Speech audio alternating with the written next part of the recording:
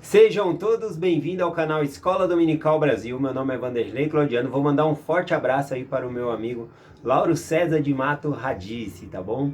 Muito obrigado por você acompanhar a mensagem aqui todos os dias também do Vem Segue-me Conosco. Vou mandar um forte abraço também para Pernambuco.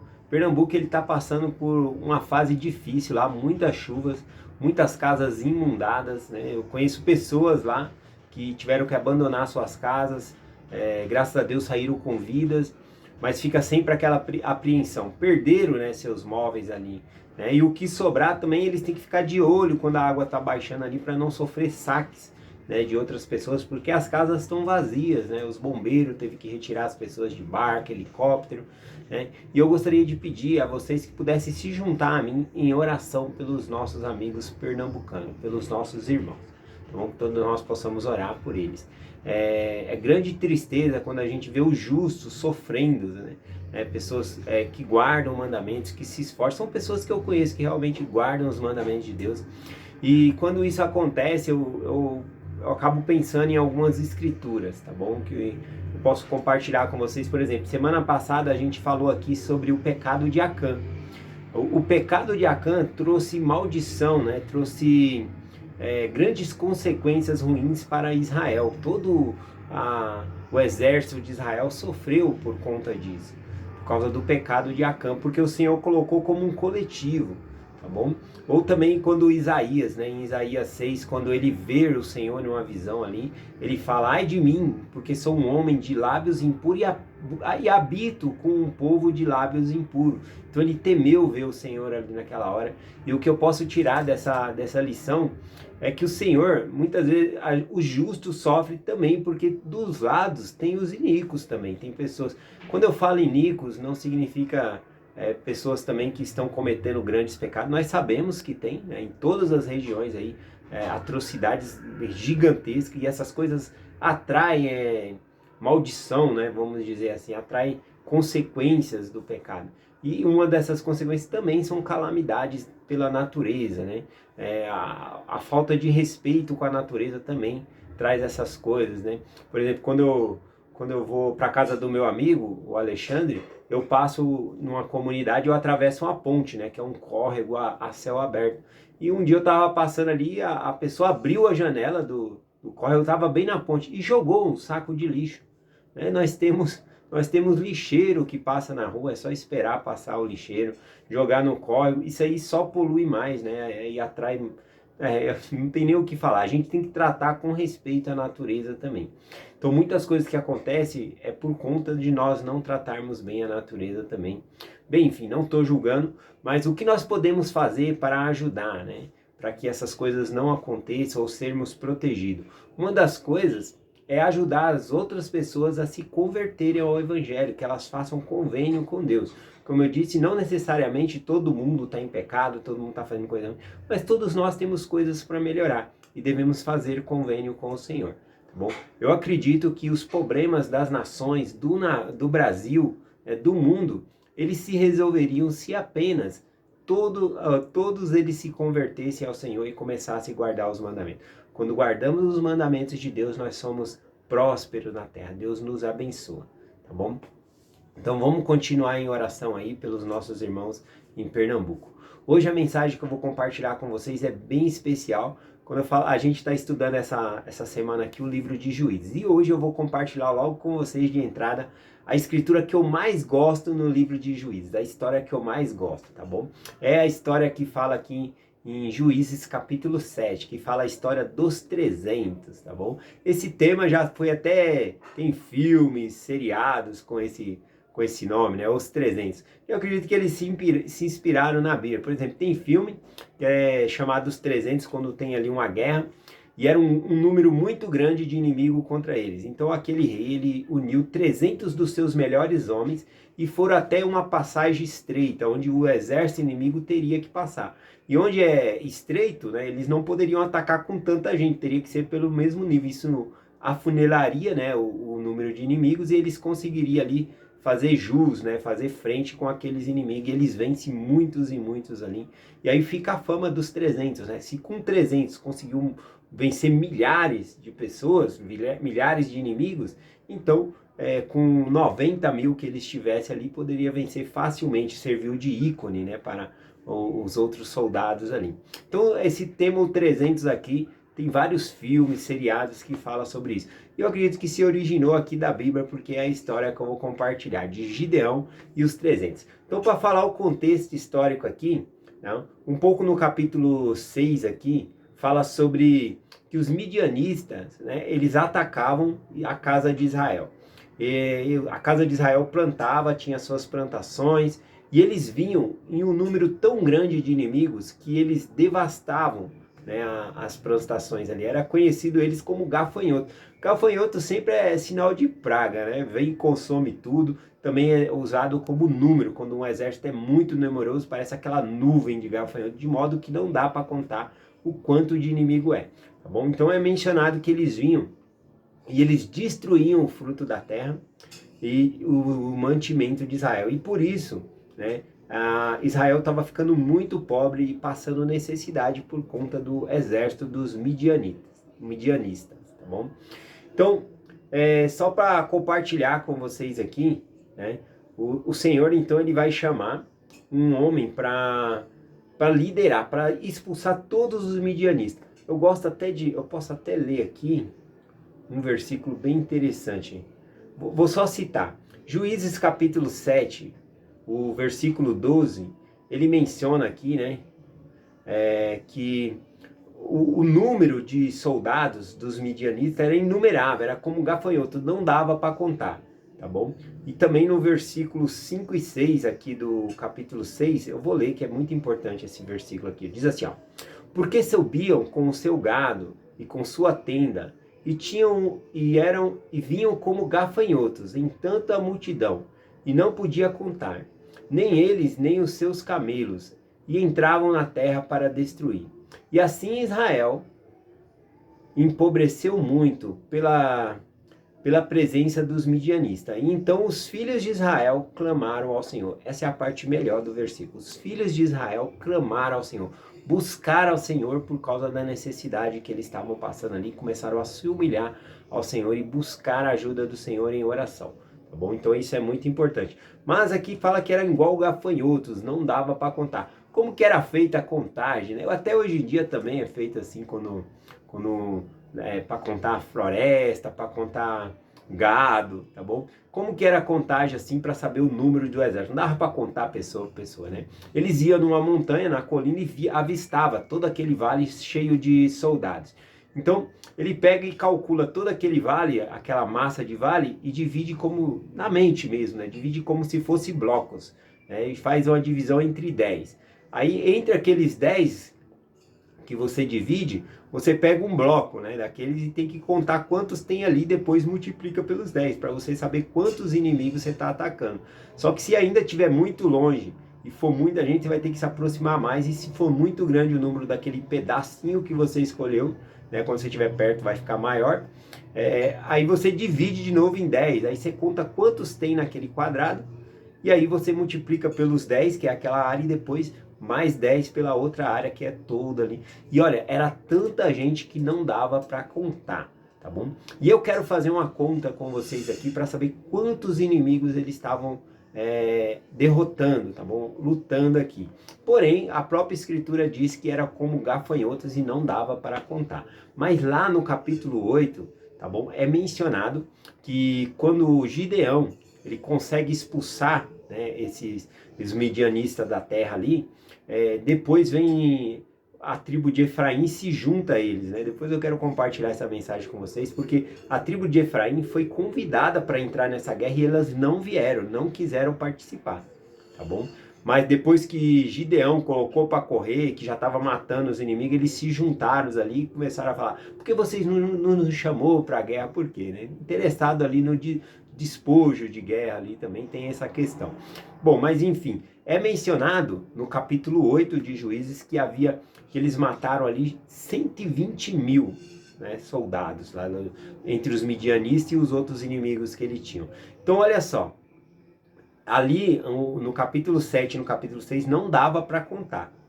E o número de mortos foram 120 mil. Então nós sabemos que eram mais de 120 mil. Então eu quero fazer uma conta com vocês, então nós sabemos que era mais de 120 mil, tá bom? Mas vamos fazer uma conta arredondando aqui como se os inimigos dele fossem 120 mil, para nós termos uma noção de o que eles estavam enfrentando, tá bom? Então aqui, conforme eu falei, a tribo de Israel, a tribo dos Efraim, eles não quiseram entrar nessa guerra aqui a princípio, tá bom? E aí nós vamos ler aqui a respeito que Deus ele chama então Gideão, né, para liderar ali o povo e destruir, expulsar os midianistas de sua terra, tá bom? Os seus inimigos ali. E Gideão ele conseguiu juntar, né? Gideão ele era da tribo de Manassés, o menor da tribo de Manassés ali, e ele conseguiu juntar entre os seus exércitos ali 32 mil soldados.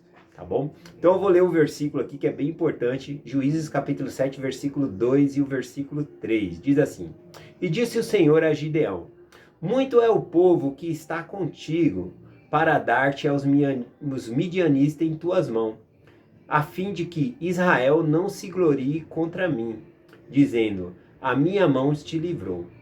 Agora, pois, apregoa aos ouvidos do povo, dizendo: Quem for medroso, tímido, volte e vai-se apressadamente para as montanhas de Sileade.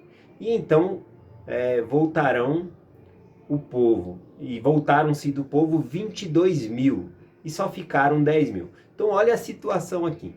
Havia 32 mil soldados, né, da parte ali de Gideão ele conseguiu, contra 120 mil. Né? A forma aqui que nós estamos fazendo essa conta. Se você dividir 32 mil contra 120 mil, a proporção é imensa. Daria ali aproximadamente 4 pessoas para cada um derrotar. É muita diferença, é muita grande. É como se você tivesse com uma espada e fosse lutar com outras 4 pessoas com espada, né? Por mais que você seja forte, os outros guerreiros também são. Então é uma conta muito desproporcional. Agora, para assustar mais ainda, né, o que o Senhor faz? Ele fala para o povo, apregoa ao ouvido do povo, dizendo, quem tiver com medo vai para as montanhas de Sileade, tá bom? E ali, nesse exato momento, alguns não titubearam, porque a soma já era grande, eles estavam muito com medo, receosos de perder a vida. Então, só nessa fala aqui, 22 mil foram embora. E ficou 10 mil. Agora imagine essa conta, 10 mil soldados contra 120 mil. Essa conta, né, que nós estamos fazendo vai dar 12 pessoas para cada um soldado de Israel teria que matar 12 dos seus inimigos. E o pior, se o seu amigo do seu lado morrer, né, sem matar ninguém, vai sobrar os outros 12 para você também. Então, ao invés de você matar 12, você vai ter que matar 24. Então a soma aumenta ainda, né? O número aumenta ainda mais. Mas o Senhor ainda disse, olha, eu estou mandando reduzir o exército porque eu não quero que vocês pensem que é vocês, pela força da espada de vocês, que vocês estão se livrando de seus inimigos. Mas sou eu, o Senhor, que estou dando as vitórias a vocês. E aí, com esses 10 mil ali, ainda o Senhor fala, não, ainda tem muita gente aqui. Leva eles até a beira do rio. Tá bom? Para beber água. E vai acontecer o seguinte, todo aquele que pegar com a água, né? For beber água, ele pegar a água com a mão e levar até a altura da boca, tá bom? Esse vai ser escolhido, você põe à parte. Aqueles que se ajoelharem, colocarem a boca na água para beber, tá bom? Esses aí você põe para outra parte. E assim foi. E aí eu vou compartilhar o versículo aqui, tá bom? Se encontra aqui em Juízes capítulo 7, o versículo 6 e o versículo 7. Diz assim, ó. E foi o número dos que lamberam e levaram a mão na boca, 300 homens. E todo o restante do povo se abaixou e ajoelhou para beber a água. E disse o Senhor a Gideão, com esses 300 homens que lamberam as águas, vos livrarei. E darei aos midianistas nas tuas mãos, pelo que todo o restante do povo se vá, cada um para o seu lugar. Olha que coisa, né? Ele falou, com esses 300 é que eu vou livrar Israel, tá bom? Manda os outros embora. Agora faz essa conta, 300 homens contra 120 mil, soldados, né, dos inimigos ali. Isso dá 40 soldados contra um soldado. Né? Não tem como você vencer uma batalha dessa, né? Mas a batalha é do Senhor. E outra, né? Se eu tivesse lá, eu ia pensar assim, eu acho que com 10 mil eu já ia falar, ô Gideão, não dá para ir não. Não dá para ir não. Como assim? É 12 soldados para cada um. E agora a situação ficou mais difícil ainda, né? Cada um soldado, se você pegar ali, vai ter que lutar contra 40. Faz a conta, 300 soldados contra 120 mil soldados. Isso dá 40 soldados para cada uma pessoa matar. E outra, se o meu companheiro morrer, aumenta esse número. Eu teria que matar os meus e os dele, que ele deixou de matar ali. Então aumentaria para 80 guerreiros. Né? É uma soma assim que é astronômica para nós pensarmos assim. E isso eu estou fazendo o cálculo dentro dos 120 mil que foram mortos lá no capítulo 8. Haviam mais. Tá bom? Então era conforme diz a escritura aqui, era numeroso, mas eu estou fazendo essa soma com vocês só para dar a proporção do perigo, do que estava acontecendo ali. E o Senhor falou, é com esses 300 que eu vou livrar Israel. E esses 300 eram homens valorosos. Tenho certeza que Deus escolheu esses 300. E aí então, armaram então a estratégia de guerra. Claro que foi o Senhor que passou por revelação ali qual seria a estratégia de guerra. E o Senhor falou, vocês vão lutar com eles com uma tocha, um cântaro é um vaso, né, de cerâmica, de barro, né? Era para levar um vaso de cerâmica de barro, mas sem água, vazio, tá bom?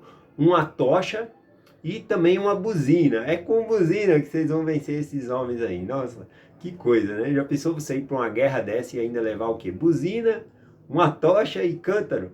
Misericórdia.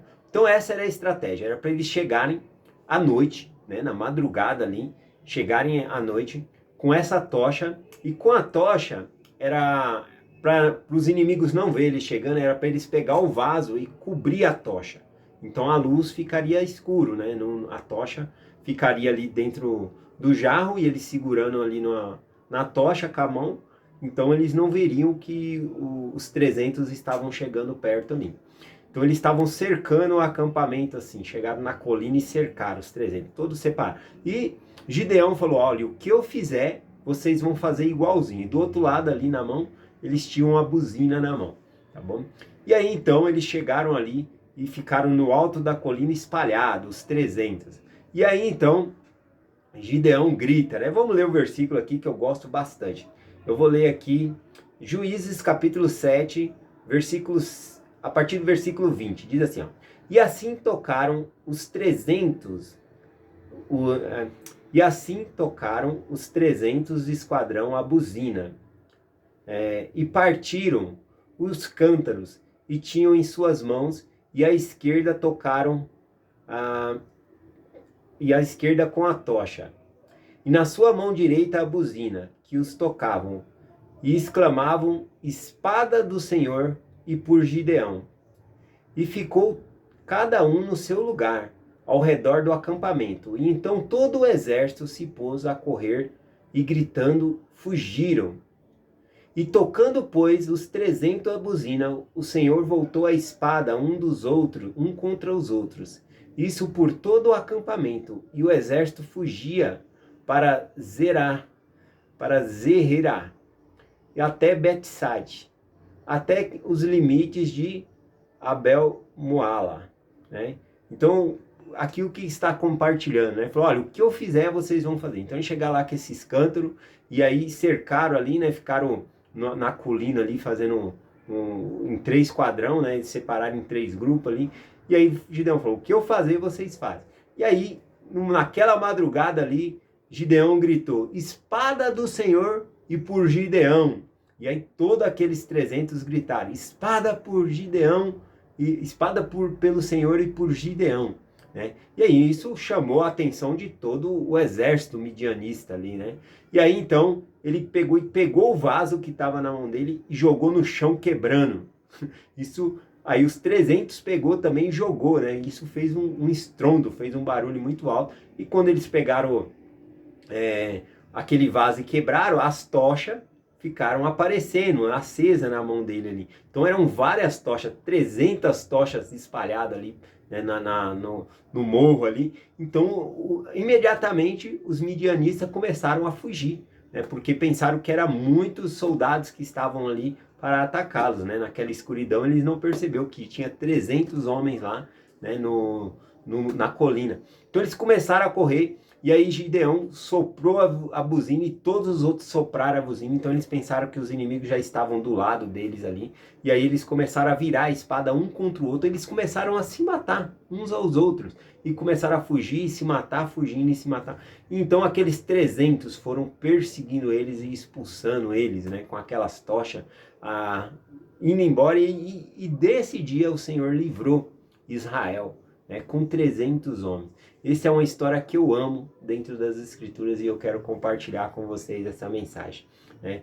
Eu acho que o foco principal aqui, né, é que como que eles venceram? Venceram no grito, né? Se você já ouviu esse termo aí, ganhou no grito, né? Essa é uma boa aplicação, né? Porque eram 300, era um blefe, né? Esse, né? Eram os 300 contra 120, mais de 120 mil soldados midianitas ali e eles colocaram todos para correr, todos, né? E eles se matavam uns aos outros ali. Então é uma expressão aí que talvez deve ter até sido tirada da Bíblia, né? Quando diz, ganhou no grito, né? Temos o episódio lá das muralhas de Jericó também, que foi no grito que as muralhas caíram também. Então tem esse episódio também. É claro que é uma expressão, né? Aqui na verdade foi o Senhor que venceu essa batalha, tá bom? A estratégia foi do Senhor, o exército foi do Senhor, o Senhor diminuiu o exército para mostrar que era por meio dele que eles venceriam essa guerra, tá bom? Então, o convite que eu tenho para nós hoje é que nós temos nossas próprias batalhas. E nós não precisamos batalhar sozinhos, devemos convidar o Senhor a batalhar conosco, tá bom? Então, que nós não batalhamos sozinhos, convidemos o Senhor para estar do nosso lado em nossas batalhas, para vencer. Assim nós seremos vencedores, quando nós convidamos o Senhor por meio de oração, por meio de jejum. Convide o Senhor para as suas lutas, para as suas batalhas. Essas coisas que parecem impossível para você vencer, tá bom? Eu compartilho essa mensagem com vocês hoje, em nome de Jesus Cristo. Amém. Até amanhã.